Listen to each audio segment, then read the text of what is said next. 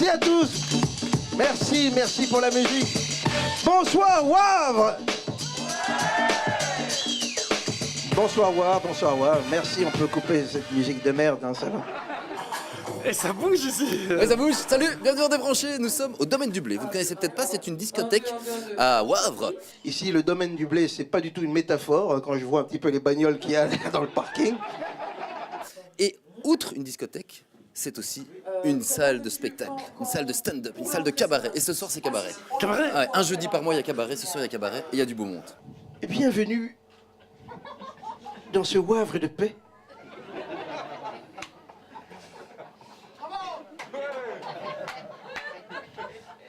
Un Wavre de paix.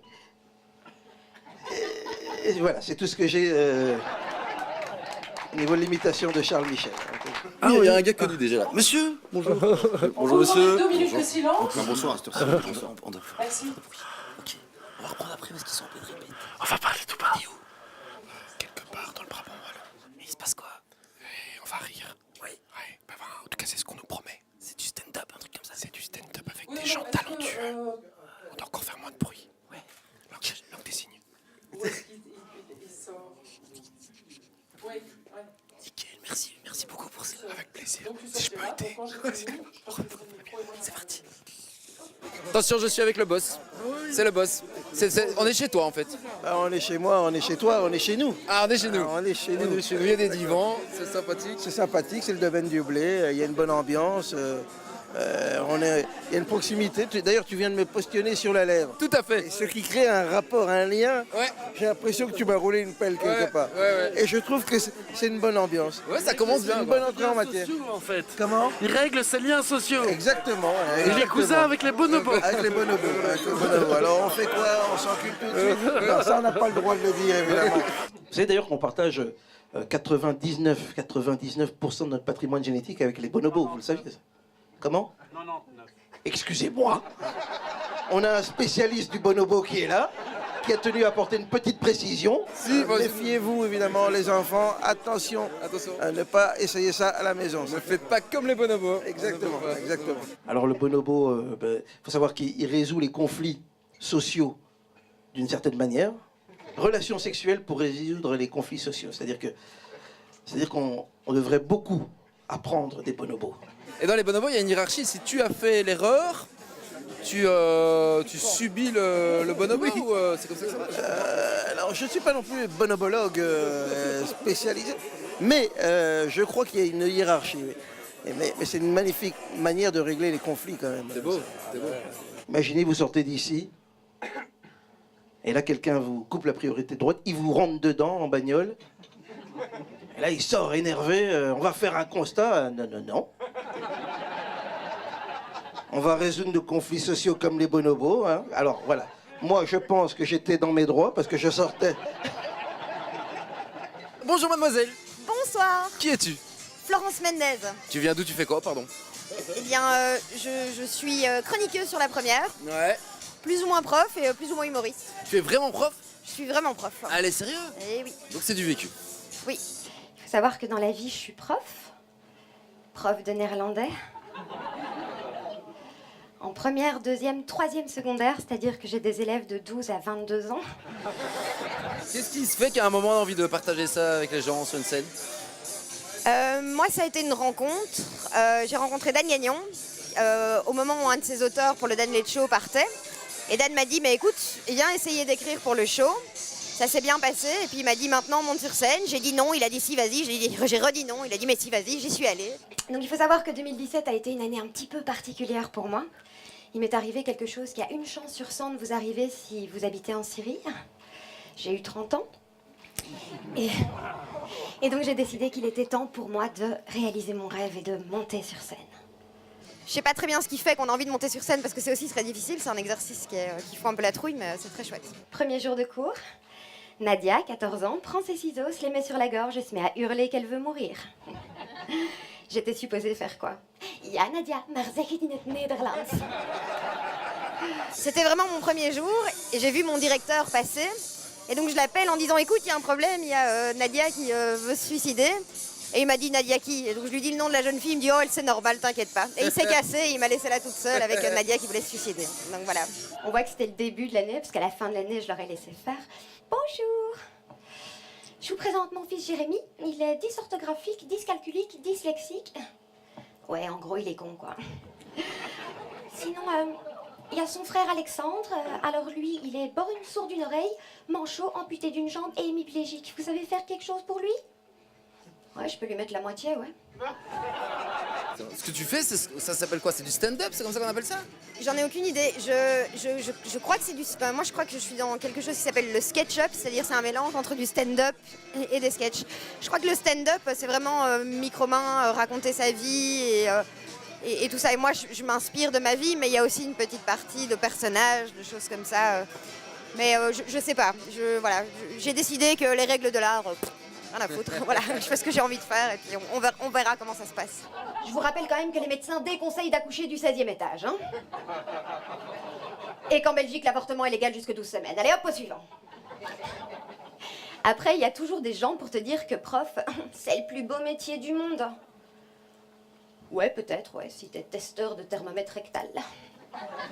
Bonjour monsieur. Bonjour. Alors est-ce que je dois parler lentement? Oui, vaut peut-être mieux. C'est mieux? Oui. Voilà, alors le suivant, c'est une tempête, une tornade, c'est une énergie. J'espère que vous êtes bien attachés parce que là, il va vous en mettre, mais alors plein la vue. Je ne sais pas comment le décrire autrement que par cette espèce d'énergie, de vigueur, ce type. C'est quoi? C'est un truc... Vraiment comme ça en fait. Ah, vous parlez tout le temps comme ça? C'est pas un personnage? Ah, pas C'est du du tout. stand-up tortue. C'est du stand-up tout à fait personnel, c'est moi en fait. Il y a un nom ça, comme il dit, stand-up tortue. C'est de l'humour dépressif. De l'humour dépressif. Ok. L'humour dépressif, c'est nouveau, ça vient de sortir. Et ça va? Ça va. Bonsoir. Alors je vais vous donner quelques petites précisions avant de commencer pour bien apprécier ce sketch. Tout d'abord, le souffle bizarre que vous entendez dans les haut-parleurs, c'est tout à fait normal. Ce n'est pas un problème technique, c'est ma voix. Je suis le sosie vocal de Jeanne Moreau. Et pourtant, je ne fume pas, je suis ce qu'on appelle un fumeur passif. Alors, fumeur passif, c'est quand tu es trop radin pour t'acheter des cigarettes, mais que tu veux quand même mourir d'un cancer du poumon. C'est qui? Donc, je m'appelle vraiment Jean-François et je disais mon nom de scène. Et je fais de l'humour depuis 2012. J'écris aussi pour d'autres humoristes comme Alex Vizorek, Dan Gagnon. J'ai écrit pour Le Grand Cactus à un moment donné. Je fais de la radio également.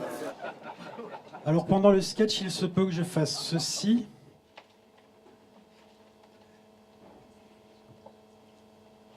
Ça s'appelle boire de l'eau. En fait, j'ai le palais très sec, comme si j'avais fait une gâterie buccale à Jeanne Moreau, justement. Et il y a des choses qui sont effectivement inspirées de ma vraie vie, donc tout le passage avec mon psychanalyste, par exemple, tout à fait vrai. Et il y a une vanne que j'ai pas faite ce soir. Ma vie est tellement passionnante que mon psy s'endort pendant les séances. C'est vraiment ça, en fait. Donc, oui. La première fois que je l'ai vu, il m'a diagnostiqué paranoïaque.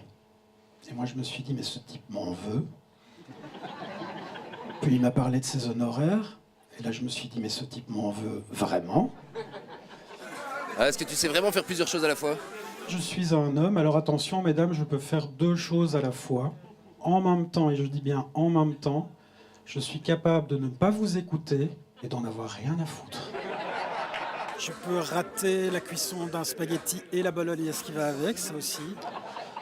Alors là, je vais faire quelque chose que normalement on ne fait jamais. Je vais vous spoiler l'intégralité de mon sketch, comme un épisode de Game of Thrones. C'est-à-dire que tout ce que je vais dire, je vais le faire avec cette voix mélodieuse qui me caractérise tant.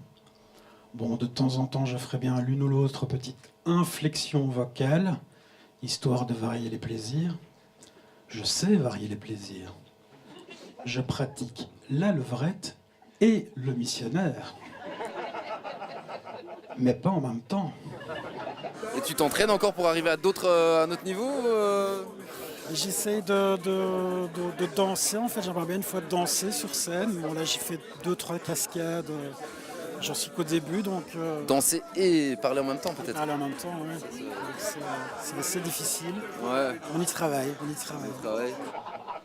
Donc je me présente, je m'appelle Jean-François. Jean-François, c'est un prénom un peu long, et puis ça fait vieux. J'ai donc décidé de prendre un nom de scène, quelque chose d'un peu plus dynamique, qui me correspond mieux. Et j'ai choisi Georges. Déjà parce que c'est un prénom masculin. À un moment, j'avais choisi Stella, ça marchait pas des masses. Mais surtout parce que mes artistes préférés s'appellent Georges. Brassens, Simenon, De la Jungle. Attention, on est toujours au domaine du blé. Et il y a du blé. Effectivement, il y a pas mal de blé. Et il y a des demoiselles. Peut-être là, je ne sais pas si là c'est du blé ou pas. On va voir. Merci à tous. Alors non, je ne vais pas faire de sketch sur Clitorine. Désolée, Clitorine, je la laisse sur un cactus. Donc, je vais vous faire un sketch sur moi. C'est beaucoup moins bien que Clitorine, désolée. Donc, je m'appelle Bénédicte Philippon.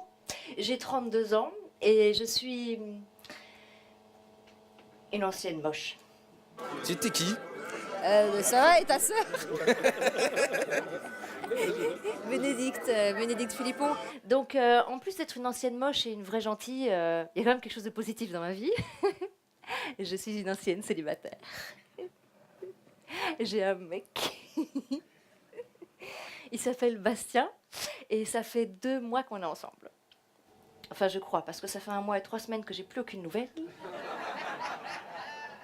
Et qu'est-ce qui s'est passé alors? Parce qu'il y en avait un. Il y en avait un. Il m'a plus jamais donné de nouvelles. Mais et voilà, s'il me regarde, j'espère qu'il va bien, je l'embrasse. C'est vrai qu'on peut lui faire un petit appel. Hein. Je lui en veux pas. Il m'aura permis d'écrire ce merveilleux sketch. Ouais. Et vous n'avez évidemment pas changé le nom. Si, quand même, j'ai changé le nom. Je vous dirai pas son vrai nom. Justement parce qu'on m'a dit, s'il se reconnaît, imagine, il va super mal le prendre. Ouais, d'accord, je veux. Donc non, il ne s'appelle pas Bastien. C'est tout, je ne dirai De toute façon, on s'en fout, il est mort. On s'en fout, il est mort. Ouais. Je suppose qu'il a pas reçu mes 300 messages et mes 400 appels en absence. Il doit être très occupé. Non, nous les femmes, quand un homme ne nous donne pas de nouvelles, on lui trouve toutes les bonnes raisons de ne pas en donner. Par exemple, il a perdu son GSM et il n'a pas pensé à vous contacter via Facebook. Ah ah. Ouais, dans ce cas, il est un peu con, il vaut mieux le quitter. Ouais. 2, il est dans le coma et toute sa famille est autour de lui, désespérée. Et lui, il a juste envie de se réveiller pour vous revoir. 3, trop tard, il est déjà mort. Ouais, la dépression, ça aide à être comique? Ouais, parce que d'un coup, au début, on écrit de la poésie très trash et tout, on se flagelle un peu. Et puis, au bout d'un moment, on commence à se rendre compte quand même qu'on est un peu pathétique. Et du coup, on commence à écrire des sketchs sur ces problèmes, comme le font énormément de gens. Et ça permet de dépasser ces problèmes et en plus de se rapprocher des gens parce que les problèmes sont finalement très communs et tout le monde a les mêmes. Le célibat, la vie, l'amour, l'argent, la peur, la mort. Donc voilà, comment les malheurs peuvent parfois faire du bonheur. Dès qu'il y a un type bien qui se décasse, toutes les filles sont dessus, en planque, comme des flics en civil. Juliette, il y a Vincent dans mon viseur. Ça fait 3 jours qu'il est plus avec sa nana. Qu'est-ce que je fais hein? Je tente le coup? Oh putain, il y a Sarah qui va lui parler. Top intervention! Je vois que vous avez été parler un petit peu avec Bénédicte. Oui, je suis animateur radio en fait. Ah ouais? Voilà. Vous avez lui donné votre numéro ou... Et on s'est changé Facebook, c'est déjà bien je crois. Ah, c'est un bon début. C'est bien, ouais. Personne ne te touchera jamais, non, jamais, jamais, jamais. Il y a une certaine proximité aussi dans un endroit comme ici. C'est ça qui est bien, c'est qu'après le spectacle, on peut aller les voir, leur parler, leur poser des questions, échanger, on peut raconter une blague à Cody, il va la faire sur scène, donc c'est chouette. C'est une femme qui va chez le docteur et elle dit docteur, je crois que je suis nymphomane. Et le docteur lui dit lâchez ma bite, je vais vous faire une ordonnance. Docteur, je pense que je suis nymphomane. Et la chute, elle est pour toi. Faut faire une ordonnance. On tait le reste. Le docteur, elle vient avec un problème, tu vois, docteur.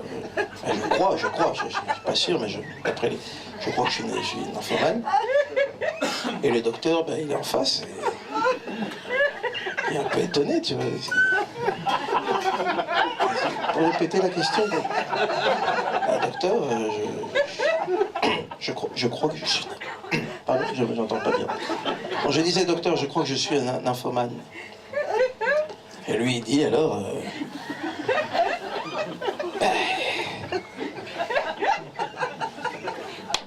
lâchez ma bite, je vais faire...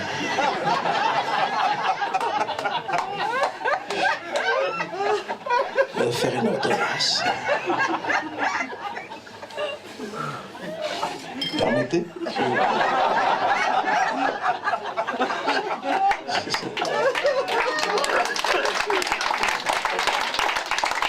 Alors tu connais Cody, c'est le présentateur ce soir, c'est ça? Oui, c'est le présentateur ce Il soir. ne fait pas que présenter. Il parle beaucoup. Moi, je suis très très fier d'être belge, de représenter une des couleurs du drapeau. Hein, Il chauffe la salle, c'est ça? Il chauffe la salle avec des morceaux de sketch à lui que je connais parce que j'ai vu tous ces spectacles. Ah, il improvise pas. Enfin si, il improvise dans son choix. Donc il dit, attends, là je vais leur faire la blague d'alerte à mal au cou. Si quelque chose vous fait rire, c'est du génie. C'est pas un texte que j'ai écrit. Hein, voilà. Et tout ça est improvisé, hein, je n'avais pas prévu. C'est du génie, je vous dis. On partage quelque chose. Ils ont envie de rire et nous, on a envie de faire rire. Et donc, on est là pour la même raison. Et ça, il n'y a rien de mieux. J'aime bien faire un petit peu d'humour raciste de temps en temps. Ça détend toujours un petit peu. Hein. Bonjour monsieur. Bonjour. C'est qui? Vincent Paget. Bonsoir tout le monde. Alors moi, cette année, pour l'anniversaire de ma femme, je lui ai dit, Chou, cette année, je vais te faire un beau cadeau. Le plus beau cadeau qui soit. Le plus beau cadeau dont une femme qui ait déjà 3 enfants puisse rêver. Non, pas un week-end en Talasso. Hein. Non. Pas non plus une semaine aux Maldives avec 2 copines. Non, je lui dis, Chou, cette année, pour ton anniversaire, je vais t'offrir une vasectomie. Vasectomie, tout le monde sait ce que c'est. Hein. Non, c'est pas pour arrêter de fumer. Hein. Même si c'est en dessous du cigare que ça se passe. Non. Oui, c'est du vécu. C'est vrai? C'est du spectacle vécu. Donc vasectomie, on explique, c'est quand on fait plus d'enfants, c'est ça? Hein, Oui, c'est un peu ça. Non, la vasectomie, c'est l'homme qui, dans un geste d'amour éperdu, consent via une pénible et interminable opération chirurgicale de 15 minutes à anéantir sa fertilité pour le seul bonheur de la sexualité conjugale. Non, en fait, moi, la vasectomie, pour moi, c'est quand même le plus beau cadeau d'anniversaire qu'on puisse faire à une femme qui a déjà 3 enfants. Est-ce que ça va marcher? Est-ce que la bête fonctionne toujours?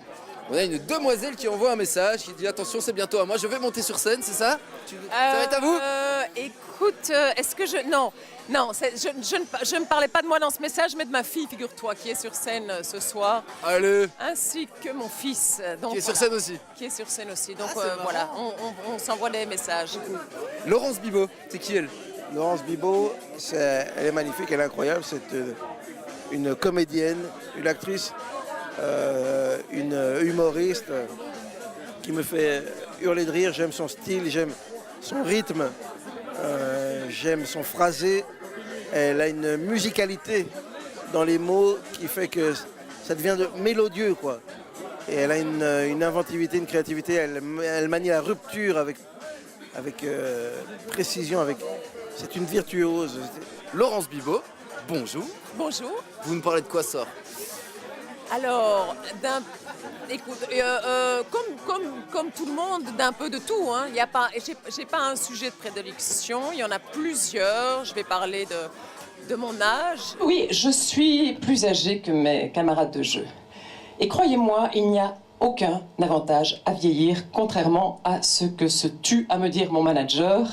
Laurence, tu as une carte à jouer? Bon, alors, mon manager a une petite voix, mais une très grosse voiture. Tirons-en les conclusions qui s'imposent. Laurence, tu as une carte à jouer dans le marché hyper concurrentiel de la vanne. Défi drôle et ménopausé, ça court pas les festivals d'humour. C'est quelqu'un qui n'est jamais démodé parce que elle a toujours une longueur d'avance. Je suis pour l'introduction de scènes de cul dans le cinéma belge. Venir sur un plateau et faire rire, c'est une épreuve. Une épreuve. Arriver avec la prétention de dire « écoutez-moi pendant 10 minutes, 20 minutes, 1 heure, je vais vous faire rire », il faut une prétention énorme. Mais c'est une promesse qui doit être tenue et qui est difficile à à donner, à garder, parce que la sanction, elle est là toutes les 3 secondes. Plus tu touches à des sujets qui sont des sujets tabous, des sujets que tu n'as pas l'habitude d'aborder, plus ça vaut des points si tu arrives à faire rire ou si tu arrives... voilà. Nous avons d'excellentes et de très jolies comédiennes belges. Elles se font sauter en France. J'en viendrais à croire qu'en Belgique, nous avons le cul triste. C'est quoi ça? C'est du stand-up? C'est comme ça qu'on appelle ça? C'est le mot... Oui, c'est le mot. Alors, le stand-up, si tu veux, la définition officielle, c'est tout simplement l'art de raconter des blagues debout. Donc, il y a des tas de légendes qui racontent leurs origines, mais en gros, je crois que c'est des histoires de types qui avaient des grandes gueules et qui savaient bien faire rire leurs copains, quoi. Non, ce qu'il y a de vrai dans l'humour, c'est qu'on est plus exposé. Ça, c'est sûr que si j'avais été caissière au Deleuze, ma référence, il y a peu de chances que, en occupant ma caisse, j'attire tout de suite l'ensemble du personnel et des clients venus juger de la qualité de mes scans. Ah, tiens. Je trouve qu'elle scannait beaucoup mieux l'année passée. J'aime bien comment elle passe ses codes barres. Oh, comment elle rend la monnaie. Les gens ne sont pas forcément habitués à ce genre de prestations. Et là, il y a quelque chose... Après le boulot, au lieu de regarder la télé, on regarde un spectacle vivant, avec des artistes vivants qui proposent des choses. Ça permet de faire connaître les talents qu'il y a en Belgique. J'ai pas encore entendu des récits où des parents essayent de convaincre leur enfant, tu sais. Alors, avec papa, on sait que tu rêves de faire Sciences Éco, mais ça nous fait peur. Fais du stand-up. Tu auras une base.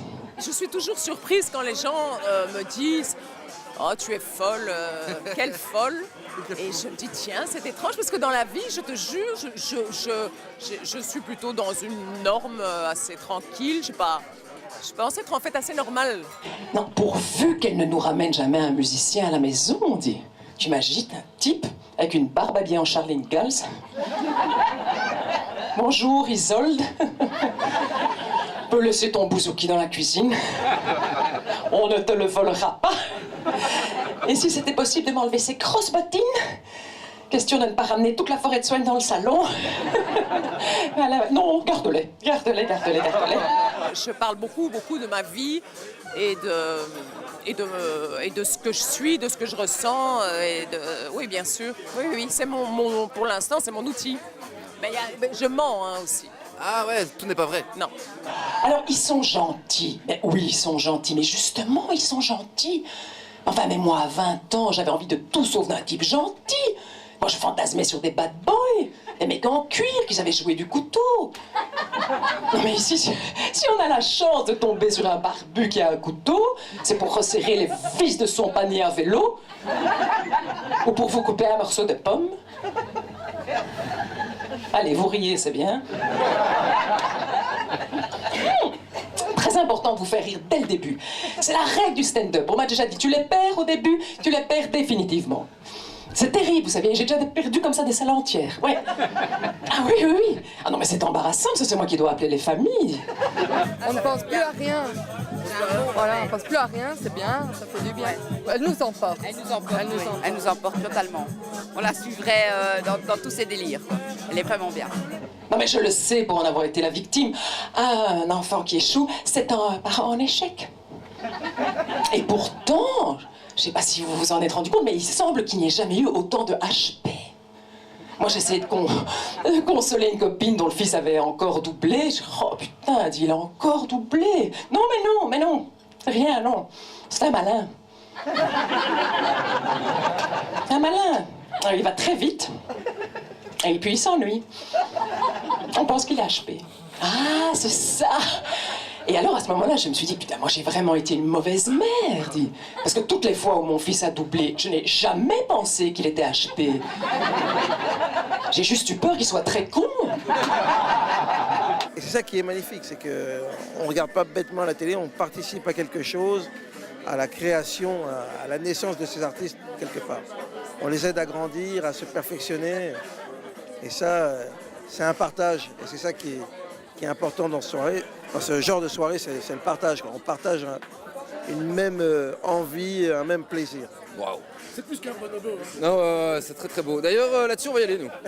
Le partage, le plaisir, ça c'est important. Exactement. On espère que vous avez pris du plaisir. Voilà. Et en parlant de partage de plaisir, On va tous se foutre à poil. Voilà. Et rendez-vous sur la scène. Allez, on y va. Nous, on vous dit salut, à la semaine prochaine les amis. Plaisir chez vous. Salut. Et faites ça chez vous, hein. Ouais, allez-y, font voilà.